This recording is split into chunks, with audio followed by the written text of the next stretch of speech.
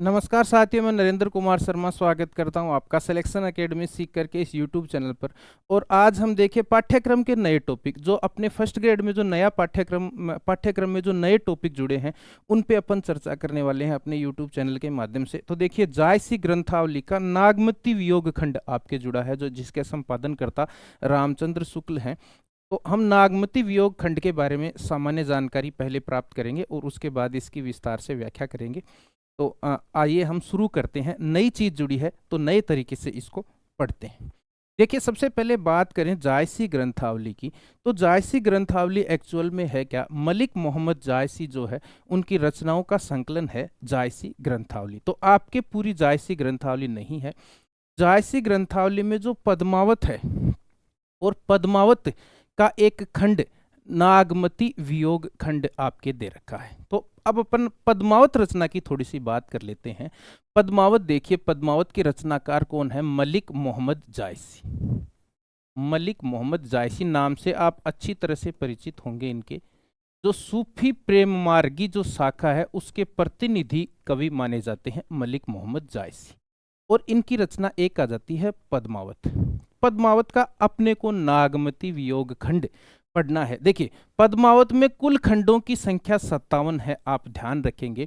और उन 57 खंडों में से हम जो खंड पढ़ रहे हैं, ये क्वेश्चन आ सकता है, इंपॉर्टेंट कर लेना इसको। हम जो नागमती वियोग खंड पढ़ रहे हैं, ये पद्मावत का कौन सा खंड है, ऐसे आपसे पूछा जा सकता है। नागमती वियोग खंड ये 30वां खंड है, आप याद रखेंगे, 30वां खंड या 30वां सर्ग नाम से भी आपको पूछा जा सकता है। महत्वपूर्ण प्रश्न है कि भाई पद्मावत में कुल खंड कितने हैं? 57। लेकिन आपके नागमती वियोग खंड पर्टिकुलर दे रखा है, तो आप अपने मान लो पूरी व्याख्या पढ़ ली, लेकिन वो क्वेश्चन डायरेक्ट यही दे दे कि नागमती वियोग खंड पद्मावत का कौन सा खंड है, तो हमें याद रखना है 30वां खंड है। एक्चुअल में इसकी कहानी क्या है उसकी भी हम चर्चा करते हैं। रचनाकार कौन है इसका हम कर चुके हैं, सूफी प्रेम मार्गी शाखा के प्रतिनिधि कवि हैं, ये हमें ध्यान रखना है। भक्ति काल जब आपको पढ़ाएंगे तो डिटेल से जायसी के बारे में और ज्यादा बताएंगे। फिलहाल हम नागमती वियोग खंड पर ज्यादा फोकस करेंगे। अब देखो, जो शैली है, ये जो पद्मावत जो महाकाव्य है, पद्मावत अपने आप में एक महाकाव्य है। रामचंद्र शुक्ल ने इसको हिंदी साहित्य का प्रथम महाकाव्य कहा है, ध्यान रखिएगा। तो इसकी जो शैली है वो मसनवी शैली है, ध्यान रखना, मसनवी शैली। मसनवी शैली, तो मसनवी शैली क्या होती है? देखिए, मसनवी शैली में सबसे पहले ईश्वर की वंदना की जाती है। उसके बाद जो मोहम्मद साहब है, हजरत मोहम्मद साहब, उनकी वंदना की जाती है। उसके बाद उनके जो 4 मित्र हैं, जिन्हें खलीफा कहा जाता है, खलीफाओं की वंदना की जाती है। और उसके बाद शाहे वक्त का मतलब जो उस समय का जो शहंशाह होता है, या जो राजा होता है, जो बादशाह होता है, उसकी प्रशंसा की जाती है। और उसके बाद गुरु महिमा होती है। ये मसनवी शैली। तो मसनवी शैली में लिखित है ये पद्मावत। देखिए क्या होता है इसमें, सबसे पहले होती है ईश्वर वंदना। ईश्वर वंदना के बाद में आपके होती है हजरत मोहम्मद साहब की वंदना। हजरत मोहम्मद साहब। उसके बाद होती है इनके 4 मित्र, जिनको खलीफा कहा जाता है, इनके 4 मित्रों की स्तुति। इनके 4 मित्रों की स्तुति।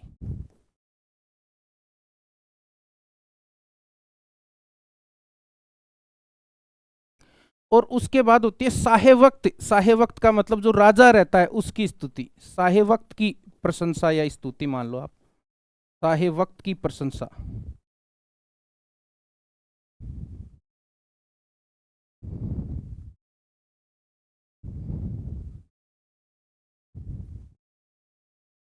और उसके बाद में लास्ट ही लास्ट में उसके बाद होती है गुरु की महिमा। गुरु की महिमा, ये जो शैली है प्यारे दोस्तों, इसे कहते हैं मसनवी शैली। तो ये मसनवी शैली है, ये ध्यान रखना है ना, थोड़ा सा आपको जानकारी देना जरूरी है। भाषा की बात करें तो देखिए, मलिक मोहम्मद जायसी की जो ये रचना है पद्मावत, इसकी भाषा अवधी है। इसकी भाषा कौन सी है? अवधी है। और कथा की बात अगर करें तो राजा रत्न सेन, जो चित्तौड़ के राजा हैं रत्न सेन, और पद्मावती या रानी पद्मिनी जिसका नाम है, और उसके अलावा राजा रत्न सेन की पहली पत्नी जो कि नागमती, जिसके बारे में अपन पढ़ेंगे नागमती वियोग खंड में। तो नागमती एक हो गया राजा रत्न सेन, एक हो गई रानी पद्मावती, है ना, उनकी बात करेंगे। तो देखिए, इसमें जो राजा रत्न सेन है ना, वो तो मन का प्रतीक है, राजा रत्न सेन मन का प्रतीक है। वहीं जो पद्मिनी है वो है ना सात्विक बुद्धि का प्रतीक है। और उसकी जो पहली पत्नी है नागमती है, वो सांसारिक बुद्धि का प्रतीक है। इसका एक दोहा आएगा, तन चितवर मन राजा की ना, है ना, अभी पढ़ेंगे अपन ये। तो कथा देखिए, सभी को पता है, अपने को पता है, चित्तौड़ के राजा रत्नसेन और आपके पद्मिनी या पद्मावती जिसको कहते हैं, और इसके अलावा नागमती। और बाकी सभी इसमें आएंगे, अलाउद्दीन है, गोरा बादल है, वो सारे के सारे, वो जैसे राघव चेतन है, वो सारे के सारे आते हैं। लेकिन फिलहाल हमारा कंसंट्रेट यहाँ पर इस पूरी कहानी पर न रखे, फिलहाल हमें नागमती के वियोग के बारे में थोड़ा सा ध्यान से पढ़ना है, क्योंकि पर्टिकुलर आपके नागमती वियोग खंड दे रखा है। तो ये चीजें हैं, एक बार फिर से देख लीजिए। रचनाकार सभी को पता है, कुल खंड ये जरूर याद रखेंगे, कुल खंडों की संख्या 57 है, जिसमें नागमती वियोग खंड कौन सा है अगर आपको पूछ लें, 30वां याद रखेंगे। ये क्वेश्चन डायरेक्ट अगला पूछ सकता है। शैली मसनवी है, भाषा अवधि है, और ये रतन सेन, ये आपको सबको पहले से ही पता है ये सारी चीजें। अब देखिए, उसके बाद देखिए कड़वकबद्ध परंपरा, ये जायसी की विशेष शैली रही है। कड़वकबद्ध परंपरा, कड़वकबद्ध परंपरा में क्या होता है कि 5 चौपाइयों के बाद या 7 चौपाइयों के बाद एक दोहा डालते हैं, जिसे हम मतलब अपनी भाषा में कहें तो दोहा चौपाई शैली। यानी ये जो रचना है पद्मावत, ये आपके दोहा चौपाई शैली में लिखी गई। कौन सी शैली में लिखी गई है? दोहा चौपाई शैली में। कड़वकबद्ध परंपरा का मतलब ये हुआ कि 5 या 7 अर्धालियां या चौपाई मान लो, 5 या 7 चौपाइयों के बाद एक दोहा होता है।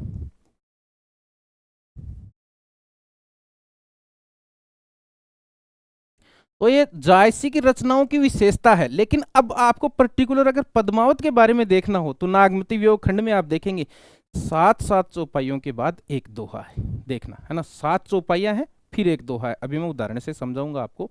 तो यहाँ पद्मावत में अभी नागमती वियोग खंड की बात करें तो 7 चौपाइयों के बाद एक दोहा आपको मिलेगा। तो 5 या 7 अर्धालियों के बाद या 5 या 7 चौपाइयों के बाद एक जो दोहा होता है, उस परंपरा को कड़वकबद्ध परंपरा कहते हैं। हिंदी साहित्य का प्रथम महाकाव्य, देखिए ये इंपॉर्टेंट है भाई, ध्यान रखना।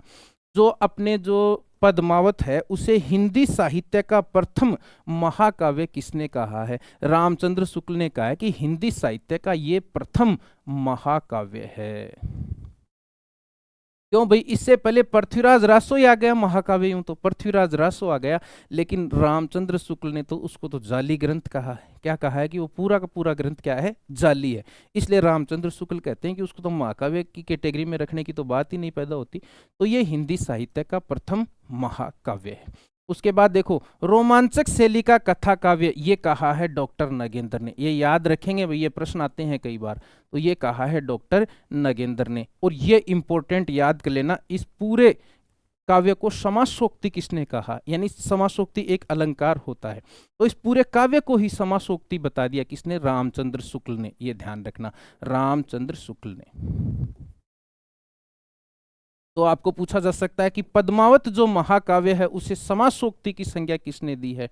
तो रामचंद्र शुक्ल ने, डॉक्टर रामचंद्र शुक्ल ने दी है। और भक्ति काल का वेद वाक्य कहा है इसको डॉक्टर रामचंद्र शुक्ल ने। तो ये सारी चीजें रामचंद्र शुक्ल ने कही, केवल एक चीज नगेंद्र ने कही है, वापस देख लो आप। देखिए, हिंदी साहित्य का प्रथम महाकाव्य कहा है किसको? पद्मावत को। किसकी बात करें? पद्मावत को हिंदी साहित्य का प्रथम महाकाव्य किसने कहा? रामचंद्र शुक्ल ने। पद्मावत को रोमांचक शैली का यानी रोमांस वाली शैली में लिखा गया किसने बताया? डॉक्टर नगेंद्र ने। वहीं समासोक्ति इंपॉर्टेंट है, याद रखना कि पद्मावत को समासोक्ति किसने कहा? डॉक्टर रामचंद्र शुक्ल ने। और भक्ति काल का वेदवाक्य किसने कहा है? डॉक्टर रामचंद्र शुक्ल ने। ये कुछ महत्वपूर्ण बातें थी, आइए पीपीटी के माध्यम से और चर्चा करते हैं। अब देखिए, अगर प्रतीक विधान की बात करें, प्रतीक विधान, प्रतीक विधान, तो ये दोहा आप एक याद कर लोगे तो प्रतीक विधान आपके याद हो जाएंगे। देखो, ये दोहा आप याद कर लोगे तो प्रतीक विधान याद हो जाएंगे। क्या दोहा है? देखिए, तन चितुअर मन राजा की ना, हिय सिंगल बुद्धि पद्मिनी चिन्ह। ये पूरा का पूरा दोहा प्रतीक विधान का है कि जो ये प्रतीकात्मक काव्य है। देखो, ये जो आपके पद्मावत है ये प्रतीकात्मक काव्य है। हिंदी साहित्य की दृष्टि से माने तो ये प्रतीकात्मक काव्य है, यानी इसमें जो सभी जो पात्र हैं वो किसी न किसी का प्रतिनिधित्व कर रहे हैं, कोई न कोई प्रतीक है उनका। तो उस हिसाब से देखिए, ये लाइन आप याद रखेंगे, तन चितुअर मन राजा की ना, हिय सिंगल बुद्धि पद्मिनी चिन्हा। गुरु सुआ याद रखेंगे, गुरु सुआ जय पंथ दिखावा। गुरु सुआ यानी सुआ जो है वो गुरु का प्रतीक है, तोता जो है वो गुरु का प्रतीक है, हीरामन तोता जिसको अपन कहते हैं। और बिन गुरु जगत को निर्गुण पावा, नागमती यह दुनिया धंधा। नागमती जो है वो दुनिया धंधा का प्रतीक है, यानी सांसारिक बुद्धि का। दुनिया धंधा का मतलब सांसारिक बुद्धि का। पांचा सोई न एही चित बंधा, राघव दूत सोई शैतानु। राघव जो है वो शैतान का प्रतीक है, राघव चेतन है, वो शैतान का प्रतीक है। और माया अलादीन सुल्तानु, और जो अलाउद्दीन सुल्तान है उसको माया का प्रतीक बताया गया है। तो ये जो लाइनें हैं इनके माध्यम से हम प्रतीक विधान को याद कर सकते हैं। तन चित्वर यानी चित्तौड़ तन का, देखो चित्तौड़ किसका प्रतीक है? तन का। मन राजा कीना, राजा का मतलब राजा रतन सेन, मन का प्रतीक है। राजा रतन सेन किसका प्रतीक है? मन का प्रतीक है। हिये सिंघल यानी सिंघल द्वीप जो है वो हृदय का प्रतीक है। सिंघल द्वीप किसका प्रतीक है? हृदय का प्रतीक है। और बुद्धि पद्मिनी चिन्हा, और पद्मिनी सात्विक बुद्धि का प्रतीक है, सांसारिक बुद्धि का नहीं, सात्विक बुद्धि का प्रतीक है। गुरु सुआ, और जो सुआ है वो गुरु का प्रतीक है। जो तोता है उसको किसका प्रतीक बताया है? गुरु का। नागमती यह दुनिया धंधा, नागमती को सांसारिक बुद्धि का प्रतीक बताया। तो आपके इंपॉर्टेंट इसलिए क्योंकि नागमती वियोग खंड दिया हुआ है, तो अगला डायरेक्ट ही पूछ ले प्रतीक विधान में कि नागमती प्रतीक किसका है, तो ध्यान रखेंगे सांसारिक बुद्धि का। किसका प्रतीक है? सांसारिक बुद्धि का। बाचा सोई न एही चित बंधा, राघव दूत सोई शैतानु। राघव जो है वो शैतान का प्रतीक है। और माया अलादीन सुल्तानु, और अलादीन किसका प्रतीक है? माया का प्रतीक है। देखिए, तो अभी मैं आपको पीपीटी के माध्यम से इसको समझाता हूँ। तो ये देखिए मैंने जो समझाई वो चीजें आ रही। पद्मावत महाकाव्य का एक खंड है, कौन सा? नागमती वियोग खंड पद्मावत का है। अगर आपको पूछ ले कौन सा खंड है तो हम कहेंगे 30वां खंड है सर। कौन सा खंड है? 30वां खंड है, इंपॉर्टेंट है, याद रखेंगे। रचनाकार मलिक मोहम्मद जायसी, 1492 है भाई, 1492 इनका जन्म स्थान, जन्म वर्ष है। जायस गांव है ना, उत्तर प्रदेश के अमेठी जिले का जायस गांव के होने के कारण ये अपने आप को जायसी कहते हैं। और 30वां खंड है, ध्यान रखना, कुल 57 में से नागमती वियोग खंड कौन सा है? 30वां है। शैली मसनवी है ना, शैली मसनवी है, मैंने बता दिया आपको उसमें क्या क्या होता है। पहले ईश्वर की वंदना होती है, उसके बाद हजरत मोहम्मद साहब की वंदना होती है, उसके बाद उनके 4 मित्रों की वंदना होती है, उसके बाद साहे वक्त की वंदना होती है, फिर गुरु की वंदना होती है। ये मसनवी शैली होती है। उसके बाद देखो प्रेम के सूफीवाद पर, भाई सूफी के प्रतिनिधि कवि थे तो सूफीवाद पर आधारित ये है। भाषा ध्यान रखेंगे, अवधि पूछा जा सकता है। रत्नसेन, नागमती और पद्मावती की प्रेम कहानी इसमें है। वैसे उस रानी का नाम पद्मिनी था, है ना। कड़वकबद्ध परंपरा आपको बता दी, 5 या 7 अर्धालियों के बाद जब एक दोहा आता है उसको हम कड़वकबद्ध परंपरा कहते हैं। ये देखिए कथन मैं पहले बता चुका हूँ। हिंदी साहित्य का प्रथम बड़ा महाकाव्य, पद्मावत के बारे में कुछ कथन है। हिंदी साहित्य का प्रथम बड़ा महाकाव्य किसने कहा है? डॉक्टर रामचंद्र शुक्ल ने कहा है। समासोक्ति किसने कहा है? रामचंद्र शुक्ल ने। भक्ति काल का वेद वाक्य किसने कहा है? रामचंद्र शुक्ल ने। और रोमांचक शैली का कथा काव्य डॉक्टर नगेंद्र ने, डॉक्टर नगेंद्र ने। और रूपक और प्रतीकात्मक है, ये ध्यान रखना है, खुद जायसी नहीं कहा है कि ये प्रतीकात्मक महाकाव्य है। अब देखो प्रतीक, तन चितवर मन राजा की ना, सुनो, तन चितवर मन, मन का मतलब मन राजा, यानी मन जो है, यानी राजा जो रत्नसेन है वो मन का प्रतीक है। किसका प्रतीक है? मन का। याद रखेंगे वो दोहा, है ना, वो पद याद रखेंगे। तो तन चितवर मन राजा की ना। अब रामचंद्र शुक्ल ने इसको ये भी बताया कि रामचंद्र शुक्ल इसको मन की जगह आत्मा कहते हैं, प्रॉपर रामचंद्र शुक्ल। बाकी वहां से अपने को पता चल रहा है कि तन चितवर मन राजा, यानी रत्नसेन किसका प्रतीक है? मन का, राजा रत्नसेन, ठीक है। हिय सिंघल, हमने पढ़ा था ना, हिय सिंघल, यानी सिंघल द्वीप जो है जिसे हम श्रीलंका कहते हैं वो किसका प्रतीक है? हृदय का। किसका प्रतीक है? हृदय का। पद्मावती, बुद्धि पद्मावती चिन्हा, बुद्धि पद्मिनी चिन्हा, यानी बुद्धि का प्रतीक है पद्मावती, सात्विक बुद्धि का, ध्यान रखना। और रामचंद्र शुक्ल कहते हैं परमात्मा का। रामचंद्र शुक्ल ने क्या किया? ये पूरा प्रतीक विधान माना है, पूरा प्रतीक विधान माना है, लेकिन उन्होंने बस केवल रत्नसेन को आत्मा का और पद्मिनी को परमात्मा का प्रतीक माना है। ये थोड़ा सा प्रतीक विधान में डॉक्टर रामचंद्र शुक्ल ने चेंज किया है, तो आप ध्यान रखेंगे।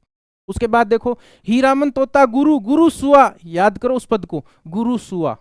सुआ क्या है? गुरु। तो हीरामन तोता गुरु का प्रतीक है। गुरु बन के ही तो आया, जब ही तो वो आपके रतन सेन है वो सिंघल द्वीप जाता है, वरना उसको क्या पता चलता। फिर देखो नागमती यह दुनिया धंधा, याद आ रहा है, नागमती यह दुनिया धंधा। दुनिया धंधा का मतलब सांसारिक बुद्धि। कौन सी बुद्धि? सांसारिक बुद्धि का प्रतीक है। राघव चेतन शैतान का प्रतीक है। और अलाउद्दीन माया का प्रतीक है। ये प्रतीक विधान जरूर याद रखेंगे, या तो आपको नागमती वियोग खंड में से पूछ ले। ये प्रतीक विधान आपको हिंदी साहित्य के इतिहास वाले खंड में भी पूछ सकता है वो, क्योंकि वहां पर भी जायसी लगा हुआ है। तो ये जायसी यहाँ से पढ़ोगे ना, यहाँ मैं नागमती वियोग खंड पर ज्यादा फोकस करूंगा, और जब आपको हिंदी साहित्य का इतिहास पढ़ाऊंगा तो वहां जायसी पर प्रॉपर फोकस वहां ज्यादा करेंगे अपन, है ना। लेकिन फिर भी ये चीजें आपके काम आ सकती हैं। तो प्रतीक विधान आप याद रखेंगे, तन चित्वर मन राजा की ना, वो पद आप याद रखेंगे। प्रिय अलंकार, देखो इसमें ज्यादातर उत्प्रेक्षा अलंकार का बहुत अधिक प्रयोग किया गया है, दृष्टांत का भी। शुरू शुरू में तो दृष्टांत अलंकार का ज्यादा प्रयोग आपको मिलेगा। तो ये थी इसकी कुछ महत्वपूर्ण बातें। इसका संपादन किया है डॉक्टर रामचंद्र शुक्ल ने, ये ध्यान रखना। पद्मावत का संपादन हम किसका पढ़ रहे हैं, इसका संपादन किसने किया है, डॉक्टर रामचंद्र शुक्ल ने 1924 में, ये याद रखना। डॉक्टर रामचंद्र शुक्ल। जायसी ग्रंथावली की बात हो रही है यहाँ पे। जायसी ग्रंथावली का संपादन किसने किया, डॉक्टर रामचंद्र शुक्ल ने 1924 में। 1924 में तो हम वो पढ़ रहे हैं जो संपादन किया ना रामचंद्र शुक्ल ने, वो चीज अपन पढ़ रहे हैं। देखो जायसी ग्रंथावली आप पढ़ोगे ना यूट्यूब पर, अलग अलग जगह नागमती वियोग खंड, पंक्तियां भी अलग अलग मिलेंगी आपको। जैसे किसी कोई यूट्यूब चैनल पर पढ़ा रहा तो उसकी अलग पंक्ति है, उसकी उसका कारण क्या है कि जायसी ग्रंथावली प्रॉपर तो जायसी ने लिखी थी, ठीक है। उसके बाद अलग अलग विद्वानों ने उसका संपादन किया, तो उसकी पंक्तियों को किस तरह से उठाया है उस आधार पर वो होती है। तो हमें रामचंद्र शुक्ल वाली पढ़नी है। कौन सी पढ़नी है, जिसका संपादन रामचंद्र शुक्ल ने किया है, वो जायसी ग्रंथावली हम पढ़ रहे हैं। मसनवी शैली है भैया, कौन सी शैली है, मसनवी शैली, ये आपको बता दिया है मैंने। ये सभी साहे वक्त की प्रशंसा, ये सभी। अब देखो इन्होंने कहा है नागमती, नागमती का विरह वर्णन हिंदी साहित्य की अद्वितीय वस्तु है। रामचंद्र शुक्ल कहते हैं कि हिंदी साहित्य की अद्वितीय वस्तु है। नागमती रोती है, चीखती है, और अपने दर्द को पेड़ पौधों को भी बताती है ना इसमें। तो इसलिए नागमती का जो विरह वर्णन है वो हिंदी साहित्य की अद्वितीय वस्तु है, ये रामचंद्र शुक्ल ने कहा है। रामचंद्र शुक्ल ने यह भी कहा है कि विरह वर्णन की जो अतिशयता जो दिखाई है जायसी ने, उसके कारण, है ना, अत्युक्ति या अतिशयता होने के बाद भी जो नागमती का जो विरह वर्णन है वो मजाक की हद तक न जाकर के उसमें गांधीर्य बना हुआ है। यानी विरह की जब अतिशयता दिखाई जाती है ना तो वो मजाक भी बन सकता है, लेकिन जायसी के विरह वर्णन में ऐसा नहीं है। जायसी ने जब विरह वर्णन किया है, विरह की अत्युक्ति दिखाई, कई जगह बहुत अधिक विरह दर्शाया, जब हम पढ़ेंगे तो आपको पता चलेगा, लेकिन फिर भी वो मजाक की हद तक न जाकर के गंभीरता उसमें बराबर बनी हुई है। ये कथन आप जरूर याद रखेंगे, आगे शायद आएगा ये कथन। पद्मावत का पूर्वार्ध भाग यूटोपिया है। पद्मावत का पूर्वार्ध भाग क्या है, यूटोपिया है। यानी पद्मावत के पूर्वार्ध भाग को यूटोपिया कहा है विजय देव नारायण शाही ने। विजय देव नारायण शाही ने। यूटोपिया एक आदर्श राज्य जो होता था ना उसको कहते थे यूटोपिया। तो यूटोपिया से यूं कहना चाहते होंगे कि भाई आदर्श काव्य है इसलिए। तो यूटोपिया किसने कहा है, विजय देव नारायण शाही ने। जायसी का विरह वर्णन देखो मैंने बताई जो लाइन, कहीं कहीं अत्युक्तिपूर्ण होने पर भी मजाक की हद तक नहीं पहुंचने पाया है, उसमें गांभीर्य बना हुआ है। यानी विरह वर्णन की अतिशयता कर दी। 12वीं क्लास में लगे हुए हैं इसके पद, है ना, नागमती वियोग खंड के। तो जब इनको पढ़ाया जाता है तो विरह की अतिशयता के कारण भी ये मजाक का कारण नहीं बनते, इनमें गंभीरता बराबर बनी रहती है। जायसी का प्रस्थान बिंदु न ईश्वर है न इसमें कोई नया अध्यात्म, उनकी चिंता का मुख्य ध्येय मनुष्य है, ये ध्यान रखना। यानी इन्होंने ये कहा है कि मनुष्य को केंद्र में रख के ये रचना की गई है विजय देव नारायण शाही ने, और इन्होंने यूटोपिया कहा है। इसको क्या कहा है, यूटोपिया कहा है। इतिहासकारों ने इसके पूर्वार्ध भाग को कल्पित, ये ध्यान रखना भाई, ये इंपॉर्टेंट, रामचंद्र शुक्ल ने प्रॉपर इस पर ज्यादा जोर दिया है कि इसका पूर्वार्ध भाग जो है वो तो कल्पित है और उत्तरार्ध भाग को ऐतिहासिक माना है। यानी पूर्वार्ध भाग को ऐसे माना है कि इसका जो पूर्वार्ध भाग है ना, पूर्वार्ध यानी पहला आधा भाग जो है वो पूरी तरह से कल्पित है, जबकि उत्तरार्ध भाग है वो ऐतिहासिक है, वो सही है, वो सही है। तो इस तरह से इतिहासकार मानते हैं, ये हमें ध्यान रखना है। तो ये कुछ ध्यान रखेंगे भाई सभी, है ना। संपादन वर्ष जरूर याद रखेंगे 1924। अच्छा, इसमें जो 12 मासा आएगा, देखो 12 मासा का मतलब क्या होता है कि वीरानी जो नायिका है 12 महीने में उसकी किस तरह की दशा होती है विरह के कारण, उसको 12 मासा कहते हैं। 12 मास का वर्णन होता है अपने हिंदी वाले 12 महीने। तो ये जो जायसी की जो नागमती वियोग खंड है ना उसमें आषाढ़ माह से होगा। 12 मासा का प्रारंभ कौन से माह से होगा, आषाढ़ माह से। चढ़ा आषाढ़ गगन घन गाजा, इस तरह से आएगा आपके, है ना, ठीक है। तो आषाढ़ माह से ये पूछा जाता है कई बार प्रश्न कि जायसी की जो रचना पद्मावत है या नागमती वियोग खंड है, उसमें 12 मासा का वर्णन कौन से माह से प्रारंभ किया गया है? आषाढ़ माह से। चढ़ा आषाढ़ गगन घन गाजा, इस तरह से शुरुआत होती है। और ये ध्यान रखना, ये मैंने बता ही दिया। नागमती के विरह वर्णन को अद्वितीय वस्तु की संज्ञा किसने दी है? रामचंद्र शुक्ल ने। और ये किसने कहा है कि भाई इसका जो विरह वर्णन है अत्युक्ति के कारण मजाक कभी भी नहीं बना है, उसमें गांभीर्य हमेशा बना रहता है, हमेशा बना रहता है। ये देखिए यूटोपिया किसने कहा है? याद रखेंगे विजय देवनारायण साई ने। आइए अब शुरू करते हैं नागमती वियोग खंड। नागमती वियोग खंड और उसका पहला पद। एक बार मैं इसको सही कर देता हूं।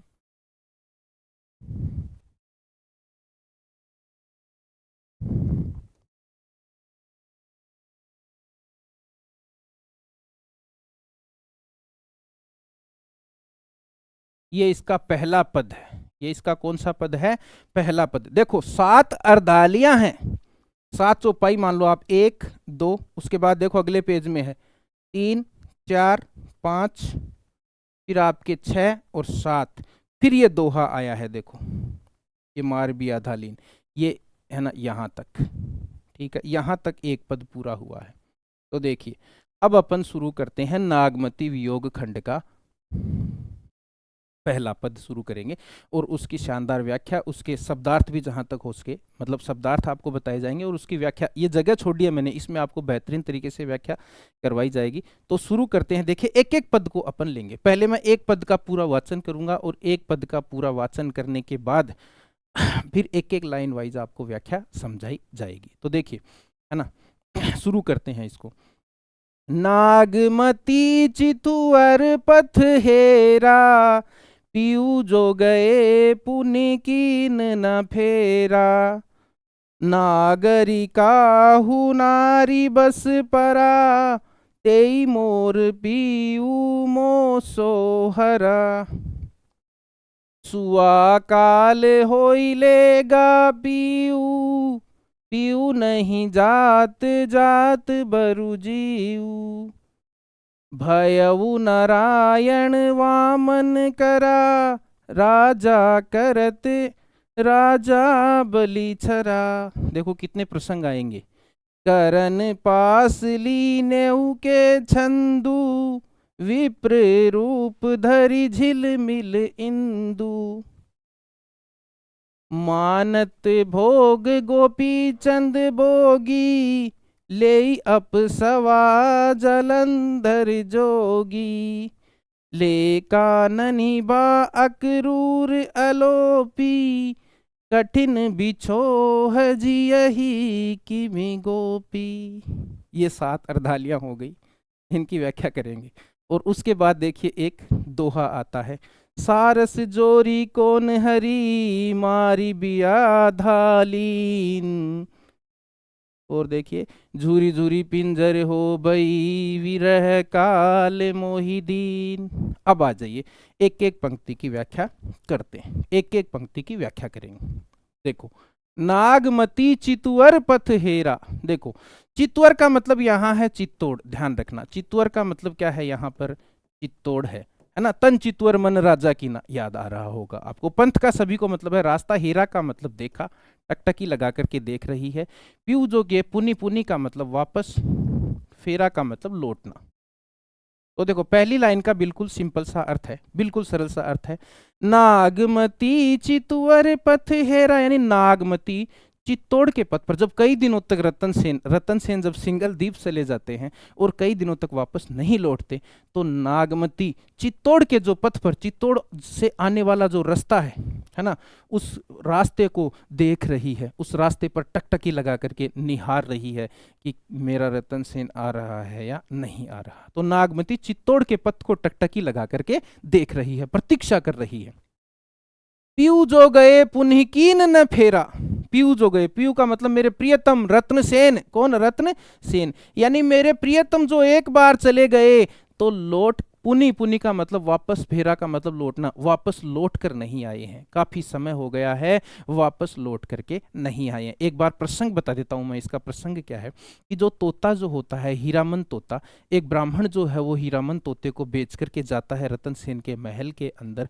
और रतन सेन के महल के अंदर जब बेच के जाता है, पहले का प्रसंग जब रतन सेन गए नहीं थे, रतन सेन को क्यों जाना पड़ा सिंगलदीप, वो प्रसंग थोड़ा सा मैं बता देता हूँ। तो वो जो तोता है, उस तोते से वो जो आपके नागमती है ना, और रतन सेन की पत्नी नागमती पूछती है एक दिन बढ़िया तैयार होके कि बता भाई मैं कैसी लग रही हूँ, मैं सबसे सुंदर स्त्री लग रही हूँ, नहीं लग रही विश्व की। तो वो तोता कहता है कि आप बिल्कुल भी विश्व की सुंदर स्त्री आपको नहीं कह सकते, क्योंकि आपसे सुंदर एक पद्मिनी है, वो हमारे यहाँ सिंगल द्वीप में बैठी हुई है। वो ऐसा कहता है। तो ऐसा कहता है तो रानी नागमती को गुस्सा आता है और वो तोते को मारने का आदेश देती है अपनी दासी को।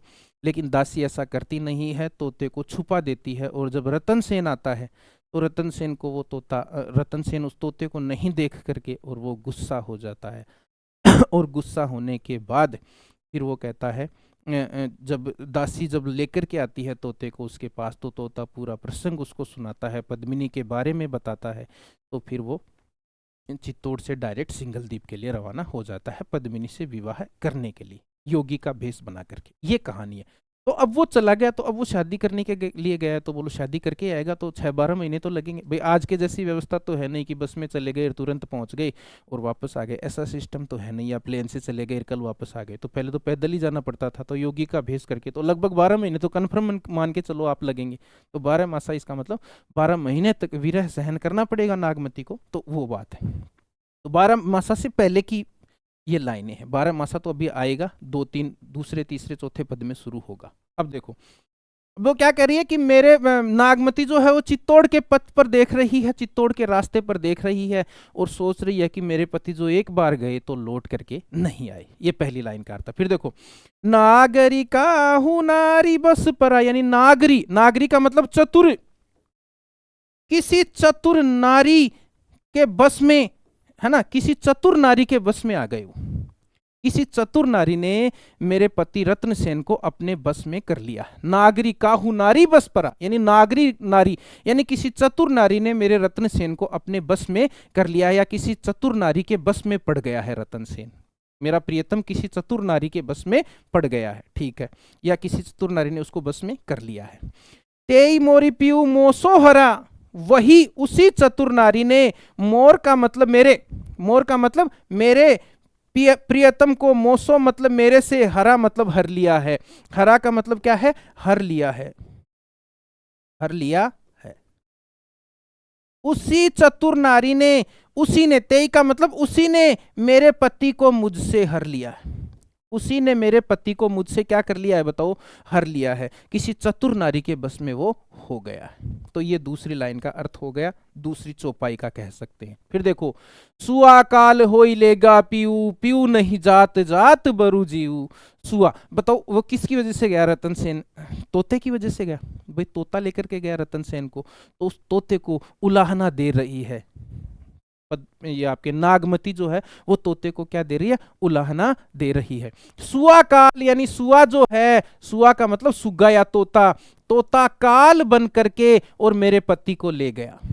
तोता काल बन करके मेरे पति रत्न सेन को ले गया। तोते को उलाहना दे रही है, तोते को उलाहना दे रही है। पीऊ नहीं जात जात बरु जीऊ, पीऊ नहीं जात यानी पति को नहीं, जात का मतलब जाना, और बरु, बरु का मतलब होता है भले ही, बरु का मतलब क्या होता है, भले ही। तो वो कह रहे हैं मेरे पति को नहीं जाना चाहिए था, भले ही मेरा जीवन, मेरी जान निकल जाती, चाहे मेरी जान ले जाता वो तोता, लेकिन मेरे पति को नहीं ले जाना था। जाना, ये जात का मतलब जाना, यानी मेरे पति को नहीं ले जाना था, भले मेरी जान ले जाता वो तोता तो मुझे मंजूर था, मंजूर था। पति को नहीं ले जाता, ठीक रहता। फिर देखो, अब कुछ देखो, यहां से क्वेश्चन बनेगा आपके। अब देखो, यहां पर सिर्फ व्याख्या ही महत्वपूर्ण नहीं है, हमें तो क्वेश्चन करने हैं भाई, क्वेश्चन आएंगे ऑब्जेक्टिव क्वेश्चन। तो यहां से क्वेश्चन बनेंगे कि भाई कौन कौन से प्रसंगों से उस तोते की तुलना की है, किस प्रसंग से नहीं की। आपको क्वेश्चन दे सकता है कि तोता जो है वो रत्न सेन को लेकर के गया, तो प्राचीन काल के कौन कौन से प्रसंगों से जायसी ने उसकी तुलना की है। तो देखो, जायसी के बारे में ये देखो, आपकी प्राचीन काल के जो ग्रंथ थे, रामायण है, महाभारत है ना, उनका जायसी को कितना ज्ञान था, ये देखो आप।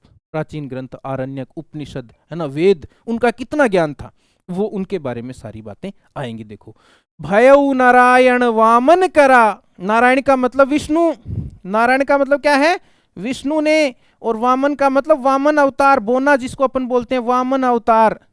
विष्णु ने वामन अवतार धर के, विष्णु ने वामन अवतार धर के, एक बार राजा बलि था, देखो राजा बलि की कहानी है, छोटी सी, जल्दी जल्दी बताऊंगा मैं ये कहानियां। राजा बलि था, वो है ना किसी को भी मतलब जो कहते हैं ना, जिसको कि जो उससे कोई मांग लेता था ना, उसको वो मना नहीं करता था, उस किसी ने मांग लिया तो वो उसको देता ही था।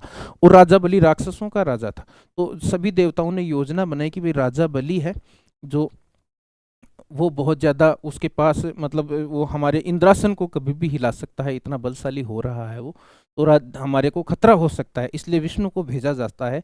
तो विष्णु जी वामन अवतार, यानी छोटे से बच्चे का, बच्चा नहीं कह सकते, जैसे कोई व्यक्ति होता है बोना होता है, तो बोने का भेष लेकर के जाते हैं बलि के पास कि हे राजा, मैंने सुना है कि आप बहुत अधिक दानवीर हो, तो मुझे तो सिर्फ 2 पैर भूमि चाहिए। कितनी चाहिए? 2 पैर भूमि।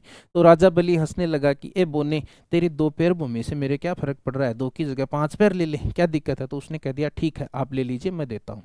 तो वामन अवतार सोच करके, और फिर विष्णु अपने असली रूप में आ गए, और एक पैर में उन्होंने, कहते हैं कि धरती नाप ली, दूसरे पैर में उन्होंने स्वर्गलोक नाप लिया। अब उन्होंने कहा कि तीसरा पैर मैं कहाँ पर रखूं, बता, 3 पैर भूमि मांगी हमने, 2 पैर नहीं, सॉरी 3 पैर मांगी थी। तो बलि अब अपने वरदान का, अपने मतलब वचन का पक्का, तो उसने कहा कि आप मेरे सिर पे रख लीजिए श्रीमान जी। तो तीसरा पैर उन्होंने बलि के सिर पे रखा, तो राजा बलि पाताल में चला गया था, ऐसा कहा जाता है ना। तो इसलिए तो नारायण जी ने, विष्णु ने उसको वामन अवतार लेकर के उसके साथ छल किया। तो क्या करें, भयउ नारायण वामन कराए, नहीं, विष्णु ने वामन अवतार लेकर के, विष्णु ने वामन अवतार लेकर के राज करते हुए राजा बलि को छला था। छरा का मतलब छला था। भगवान विष्णु ने वामन का अवतार लेकर के जिस प्रकार राज करते हुए राजा बलि को छला था, उसी प्रकार ये सुआ भी छल से मेरे पति को ले गया। तो पहली तुलना जो तोते की है ना, वो विष्णु से की है, ये ध्यान रखना। ये प्रसंग पूछ लेंगे आपसे कि कौन से प्रसंग से तुलना नहीं की है तोते के प्रसंग की, ये ध्यान रखना। उसके बाद देखो, कर्ण, कर्ण का मतलब कर्ण, महाभारत में जो कर्ण है वो, देखो इस लाइन का थोड़ा सा विवादित अर्थ मिलता है, तो मैं पूरा क्लियर कर देता हूं आपके। कर्ण पास लीनेऊ के छंदू, छंदू का मतलब छलना, छंदू का मतलब क्या है, छलना, है ना। तो देखो, कर्ण पास लीनेऊ के छंदू, कर्ण के पास, लीनेऊ के यानी लेने के लिए, छंदू का मतलब छलकर, कर्ण के पास छलकर के लेने के लिए क्या, विप्र रूप, विप्र का मतलब होता है ब्राह्मण का रूप धरा, ब्राह्मण का रूप धरा। किसने? ब्राह्मण का रूप धरा। और झिलमिल, झिलमिल का मतलब झिलमिल करते हुए कवच और कुंडल, कवच और कुंडल। और इंदु का मतलब इंद्र, इंदु का मतलब क्या है, इंद्र। तो इंद्र ने जो कर्ण के कवच और कुंडल लेने के लिए और ब्राह्मण का रूप धरा, छल किया। क्या किया? छल किया। तो छंदू का मतलब छल करना, छल कपट करना, ठीक है। तो ये ध्यान रखना। तो कर्ण के पास से छल से, है ना, उसके कुंडल और कवच लेने के लिए इंद्र ने ब्राह्मण का रूप धरा, ब्राह्मण का रूप धरा, कर्ण के साथ छल किया, और छल कर करके ब्राह्मण का रूप धर के इंद्र ने, और उससे उसके कुंडल और कवच मांग लिए। कर्ण के भी वही कहानी थी, देखो सारी कहानी, ये छले क्यों गए, क्योंकि इनकी कहानी वही थी कि दानवीर बने फिरते थे, तो दानवीर तो ज्यादा बनना फिरता है, तो उसका यही हाल होना है। तो छल से इंद्र ने कुंडल और कवच ले लिए, ब्राह्मण का रूप धर करके, और कर्ण के पास से, है ना, लेने के लिए छल किया, और छल करके ब्राह्मण का रूप धर के उसके कुंडल और कवच ले लिए। उसके बाद देखो, तो दूसरा प्रसंग आ गया कर्ण का। तीसरा देखो, मानत भोग गोपीचंद भोगी, और गोपीचंद था, एक राजा गोपीचंद था। राजा गोपीचंद जो भोग करता था, है ना, भोगी था, योगी नहीं था, भोगी था। तो भोगी गोपीचंद जो राजा था, भोग विलास में लिप्त था, उसको ले अप्सवा, अप्सवा का मतलब चला गया, अप्सवा का मतलब चला गया, लेकर चला गया, उसको लेकर, ले का मतलब लेकर, उसको लेकर चला गया। कौन लेकर के चला गया? जलंधर योगी, जलंधर नाम का जो योगी है वो उसको लेकर के चला गया, जलंधर नाथ जिसको अपन कहते हैं। तो गोपीचंद को कौन लेके चला गया? जलंधर नाथ, और उसको भी योगी बना दिया। उसको भी क्या बना दिया बताओ? योगी बना दिया।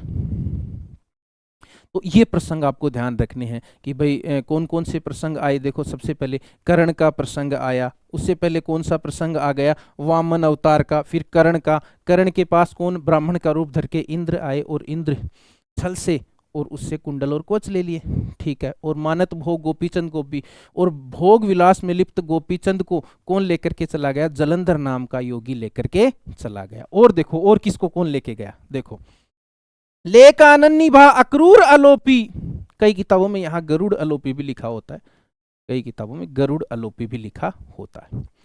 तो लेक आनन्नी बा गरुड़ विलोपी, यानी गरुड़ के अवतार अक्रूर। आपने अगर महाभारत देखी है, श्री कृष्णा देखी है, तो आपने देखा होगा अक्रूर जी थे, एक अक्रूर जी जिसको गरुड़ का अवतार माना जाता है। किसका अवतार माना जाता है, गरुड़ का। तो लेक आनन्नी का, नन्नी का मतलब श्री कृष्ण को, श्री कृष्ण को, यानी श्री कृष्ण को लेकर के चले गए कौन, गरुड़ के अवतार जो अक्रूर जी थे।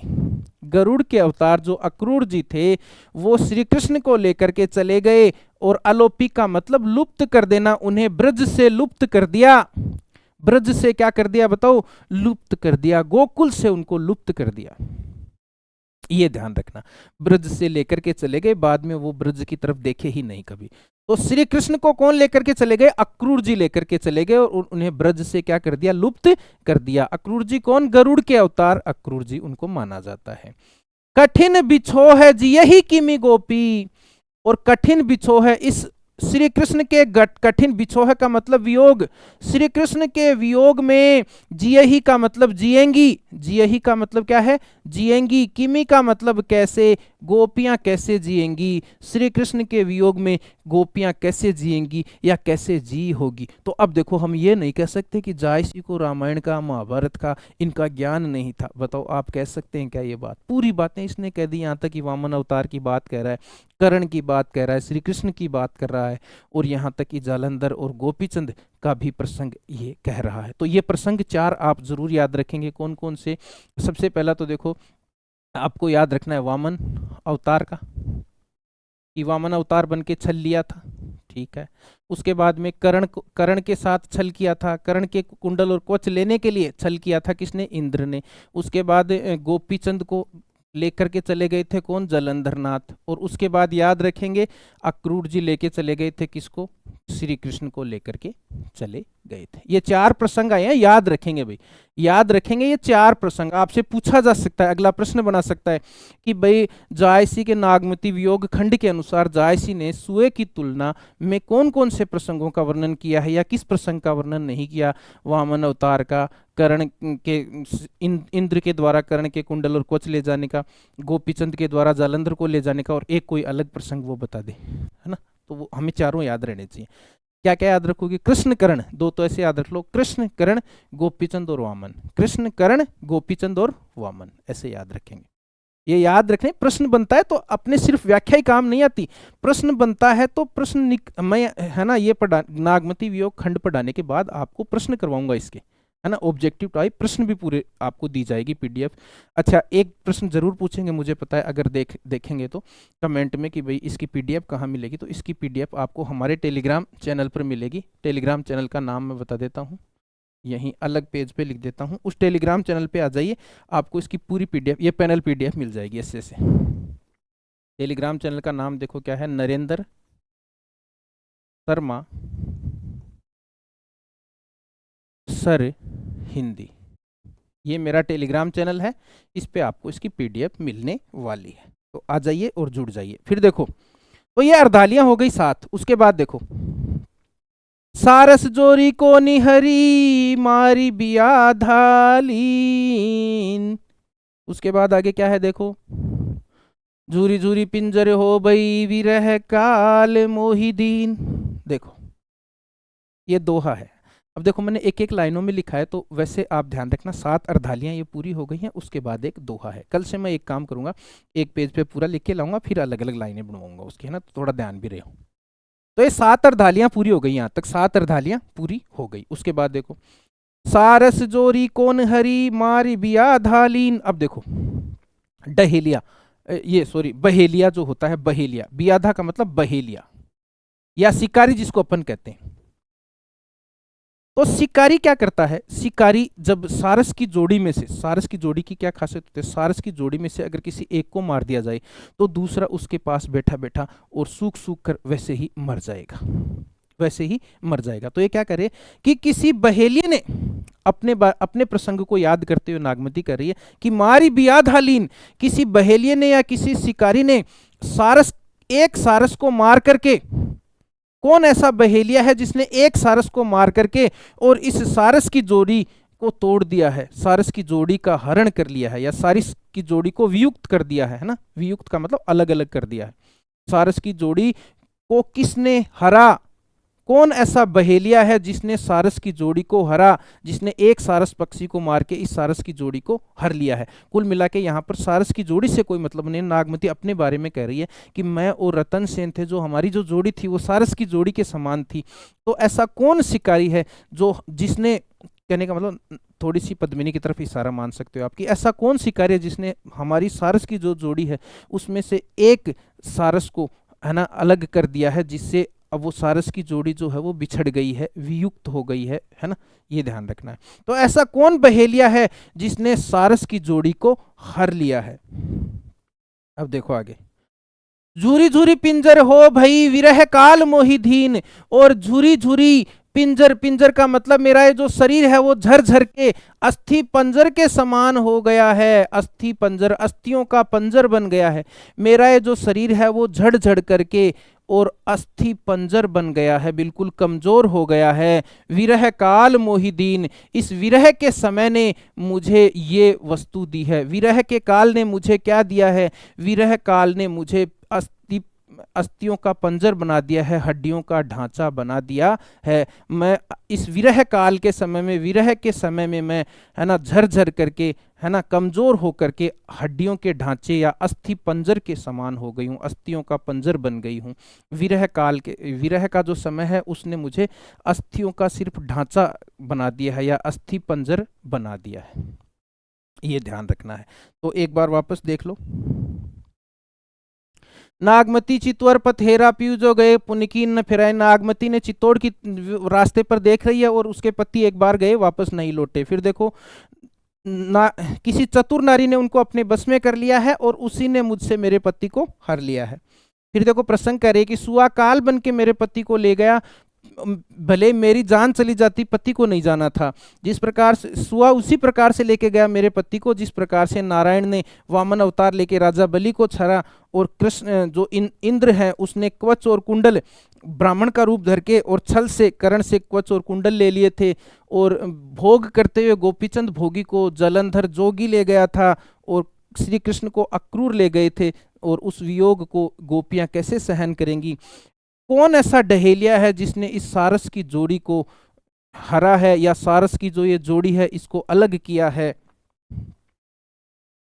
और झूरी झूरी पिंजर हो भई, और जिस प्रकार से सारस की जो जोड़ी जब अलग हो जाती है तो उसमें जो एक जो बचा हुआ सारस है वो धीरे धीरे कमजोर होके अस्थियों का ढांचा बच जाता है, उसी प्रकार मैं भी झड़ झड़ करके अस्थि पंजर हो गई हूँ, है ना, कमजोर हो गई हूँ बहुत ज्यादा। विरह काल मोहिदीन, इस विरह के समय ने मुझे कमजोर बना दिया है, मुझे कमजोर बना दिया है, अस्थि पंजर मुझे बना दिया है, ये ध्यान रखना है आपको। अब देखिए, अब पद नंबर 2, अब पद नंबर 2। तो पद नंबर 1 आशा करता हूं आपको समझ में आ गया होगा, ये दोहा था, ये जो सारस वाला था ये क्या था, दोहा था। अब पद नंबर 2 शुरू हो जाता है यहां से। तो देखो अब बात करते हैं पद नंबर 2 की। तो 2 पद आज कर लेते हैं।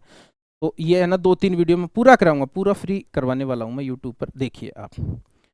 पियु वियोग अस बाउर जीऊ, पपिहा नीति बोले पियु पियु।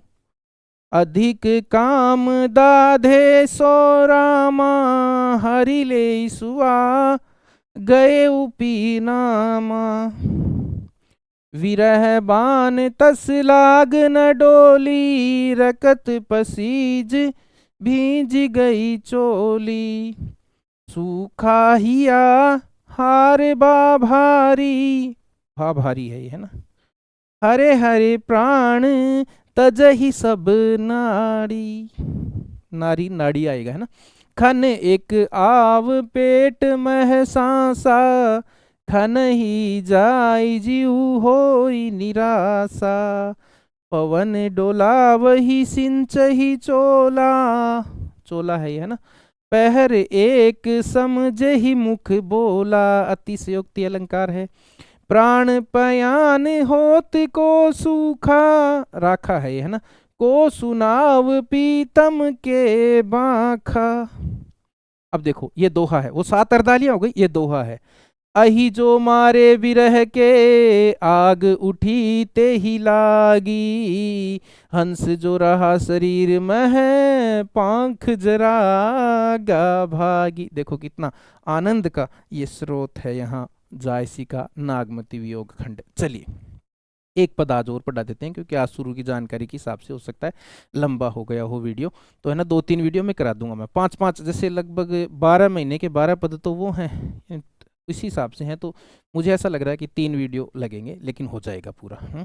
देखो, पीयू वियोग अस बाउर जीव, बाउर, बाउर का मतलब होता है बावला, बावला।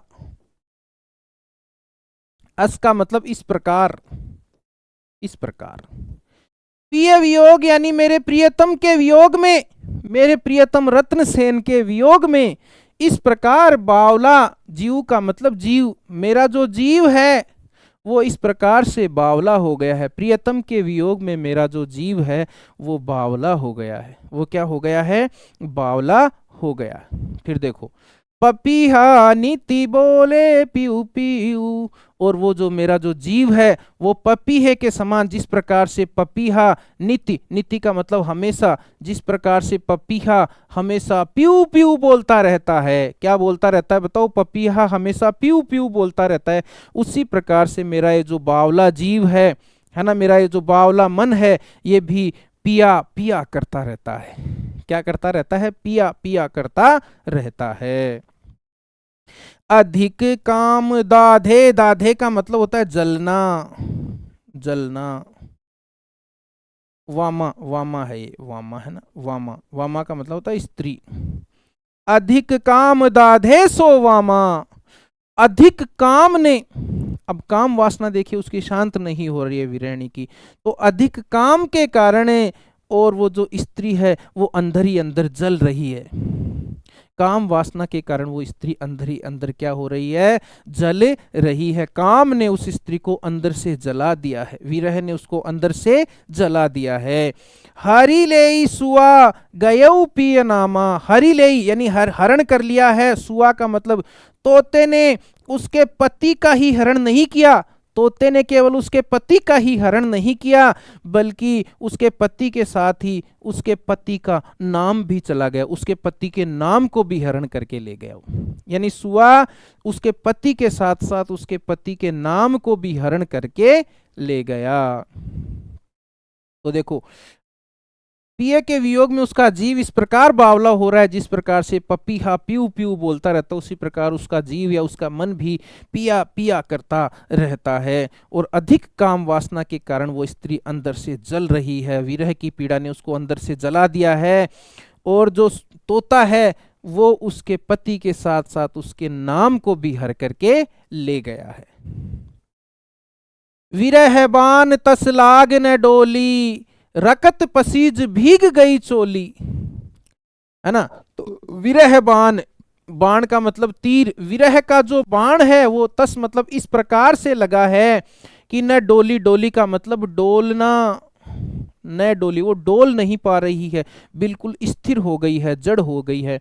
विरह बाण उस पर इस प्रकार से लगा है, तस का मतलब इस प्रकार, विरह बाण उस पर इस प्रकार से लगा है कि वो डोल भी नहीं पा रही है, वो डोल भी नहीं पा रही है का मतलब वो स्थिर हो गई है, जड़ हो गई है, डोल भी नहीं पा रही है, हिल भी नहीं पा रही है। डोलना का मतलब यहाँ हिलना समझ लो आप, कि विरह बाण उस पर इस प्रकार लगा है कि वो हिल भी नहीं पा रही है, हिल भी नहीं पा रही है। रकत पसीज भीज गई चोली, रकत पसीज भींज गई चोली, और रक्त रूपी पसीना, पसीज का मतलब रक्त रूपी पसीना, अब रक्त आने लगा है उसके, रक्त रूपी पसीने से उसकी चोली भीग गई है। उसकी चोली क्या हो गई है बताओ? भीग गई है, विरह के कारण रक्त निकलने लगा है, तो कहा है कि रक्त रूपी पसीने से उसकी चोली भीग गई है। रक्त रूपी पसीना तो रूपक अलंकार है, ध्यान रखना। उसके बाद देखो, सूखा हिया हार बा भारी, हरे हरे प्राण तजही सब नारी। देखो, सूखा हिया, हिया का मतलब होता है यहाँ हृदय, हृदय, या यूं कह सकते हैं वक्ष स्थल, वक्ष स्थल।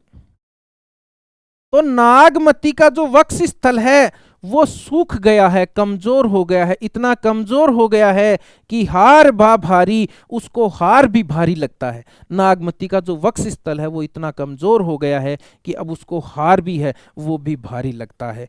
हार भी क्या लगता है बताओ? भारी लगता है, हार भी भारी लगता है।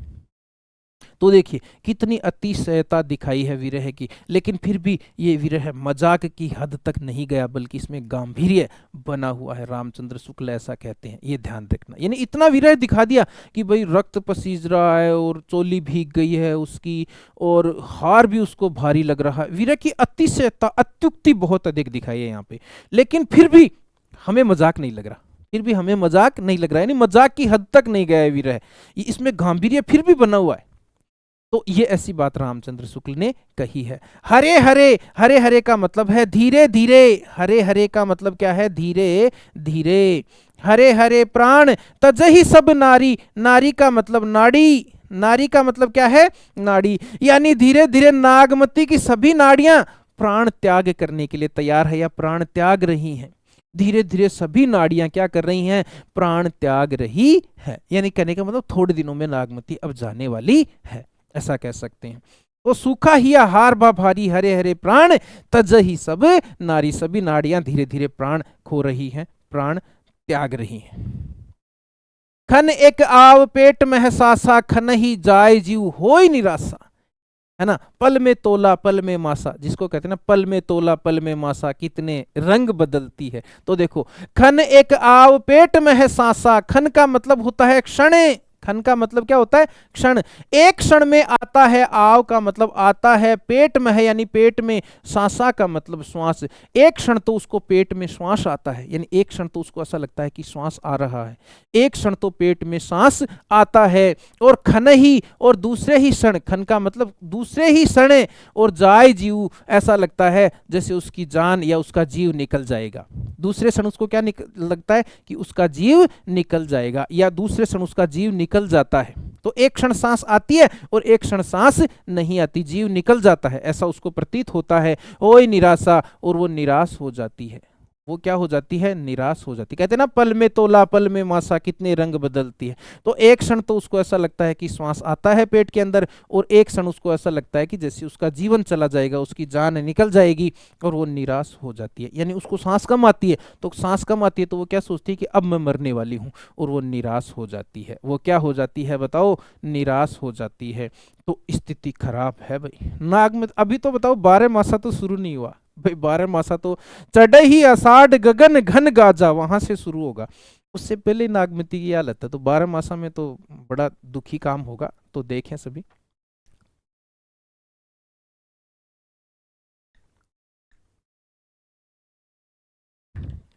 अब देखिए, पवन डोला वही सिंच ही चोला। अब उसकी सखियां जो हैं उनको बड़ी चिंता हो गई। नागमती की हालत, अब देखो अपन सबसे पहले बीमार बीमार अपन हो जाते हैं, तो अपने पास सबसे पहले कौन आता है? हमारे मित्र आते हैं, हमारे मित्र आते हैं। भले हमारे पास फल फ्रूट पड़े हों, उनको वो खा जाएंगे, बैठ जाएंगे, मोबाइल देखेंगे, भले वो करे कुछ केयर चाहे अपनी नहीं करें, लेकिन आएंगे सबसे पहले मिलने कौन? मित्र आएंगे। तो वैसे ही उसकी सखियां आ रही हैं, उसकी सखियां आ रही हैं नागमती की, उसकी दासियां आ रही हैं, और वो क्या कर रही हैं? देखो, पवन डोलाव ही, उसकी जो सखियां आ रही हैं वो पंखा चला रही हैं, उसके पास पंखा झाल रही है, पंखा झाल रही हैं। पंखा कर रही हैं उसको, क्या कर रही हैं, पंखा, हवा डाल रही हैं उसको, ठीक है।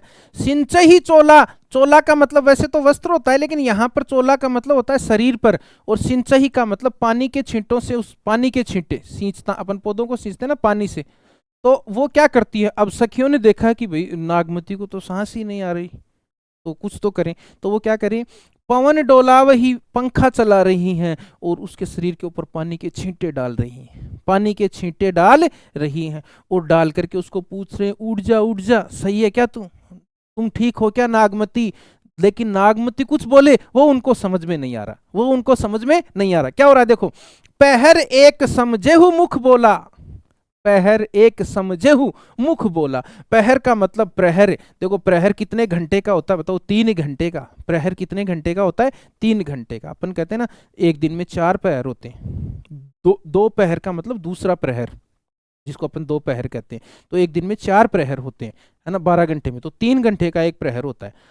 तो पहर एक समझेहु मुख बोला, यानी एक प्रहर लगता है, समझेहु का मतलब समझने में, समझेहु का मतलब समझने में, मुख बोला यानी मुख से, यानी नागमती मुख से जो बोल रही है उसको समझने में उसकी साथियों को, उसकी सखियों को 1 प्रहर लग रहा है, 3 घंटे लग रहे हैं, इसका मतलब अतिशयोक्ति अलंकार है।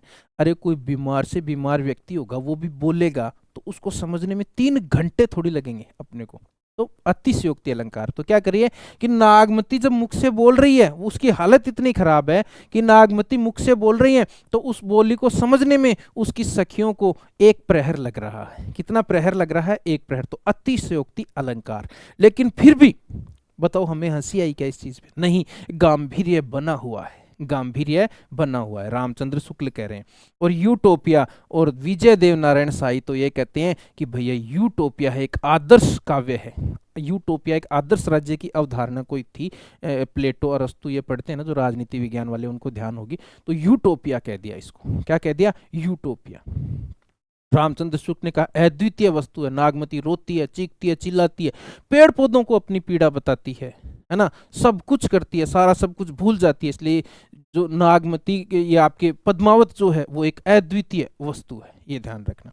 पान पर प्रयाण होत को राखा है, ये है ना, ये राखा है भाई, ध्यान रखना।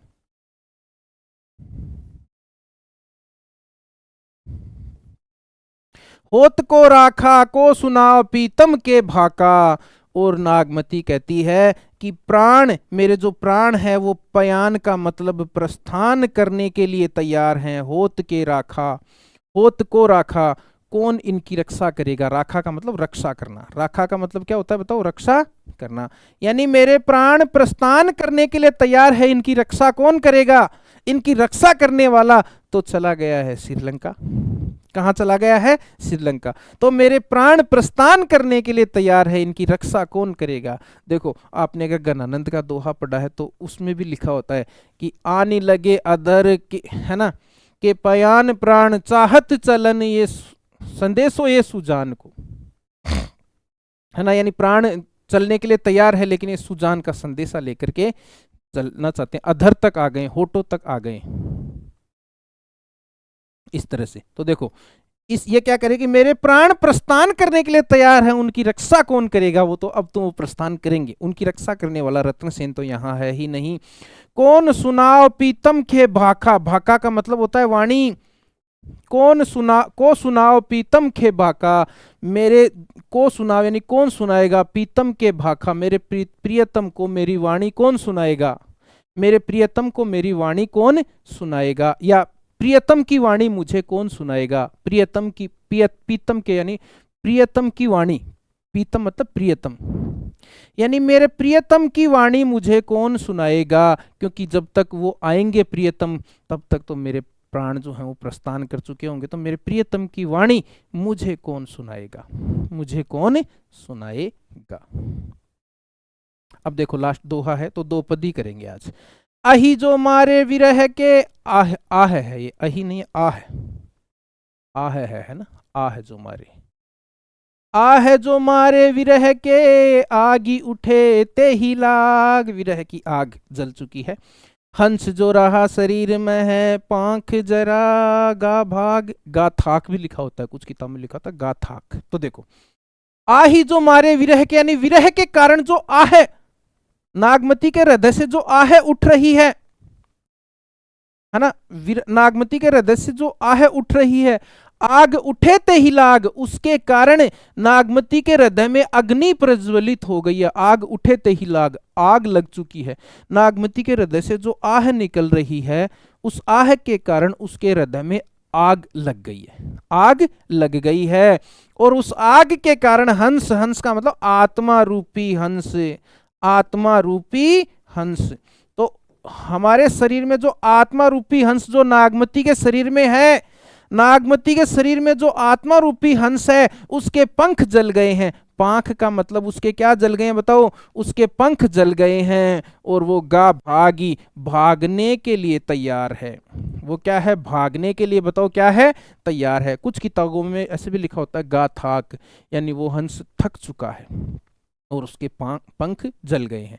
तो क्या ध्यान रखना है, हंस जो शरीर के अंदर जो आत्मा रूपी हंस है, उसके पंख जल गए हैं विरह के कारण। जो आह उठी है और उस आह से जो अग्नि जली है नागमती के हृदय में, उस अग्नि के कारण जो नागमती के शरीर के अंदर जो आत्मा रूपी हंस है, वो उसके पंख जल गए हैं और वो भाग गया है। तो आज अपन 2 ही पद करेंगे क्योंकि वीडियो काफी लंबा हो जाएगा। आज आप केवल फीडबैक दीजिए, वीडियो देखिए, कमेंट में बताइए कैसा लगा आपको।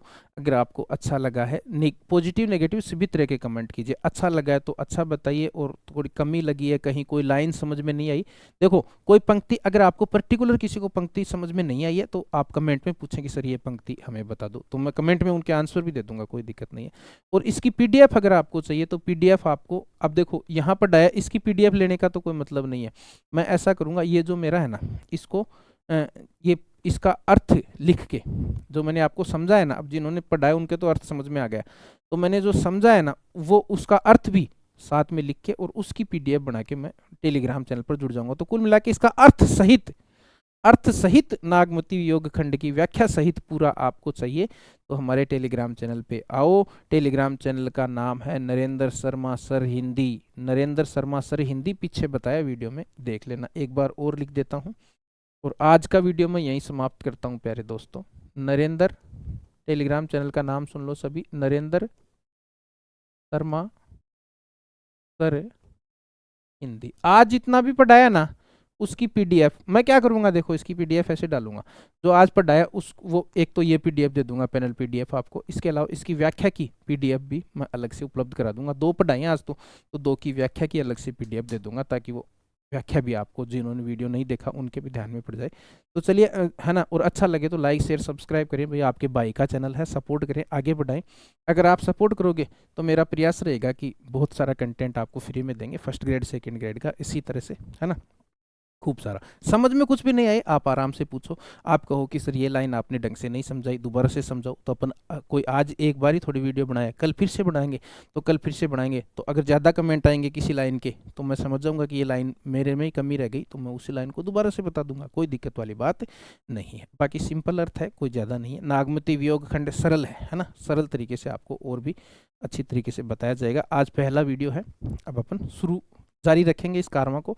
नागमती वियोगखंड, भ्रमर गीत सार, जो भी आपकी जुड़ी हुई रचनाएं हैं हिंदी साहित्य का, आदिकाल आधुनिक का, सब कुछ चीज़ें, सभी चीज़ें मैं आपको करवाने वाला हूँ, है ना, सारी चीज़ें बढ़िया तरीके से करवा दूंगा। तो चलिए आज का वीडियो यहीं समाप्त करता हूँ। थैंक यू, धन्यवाद, राम राम।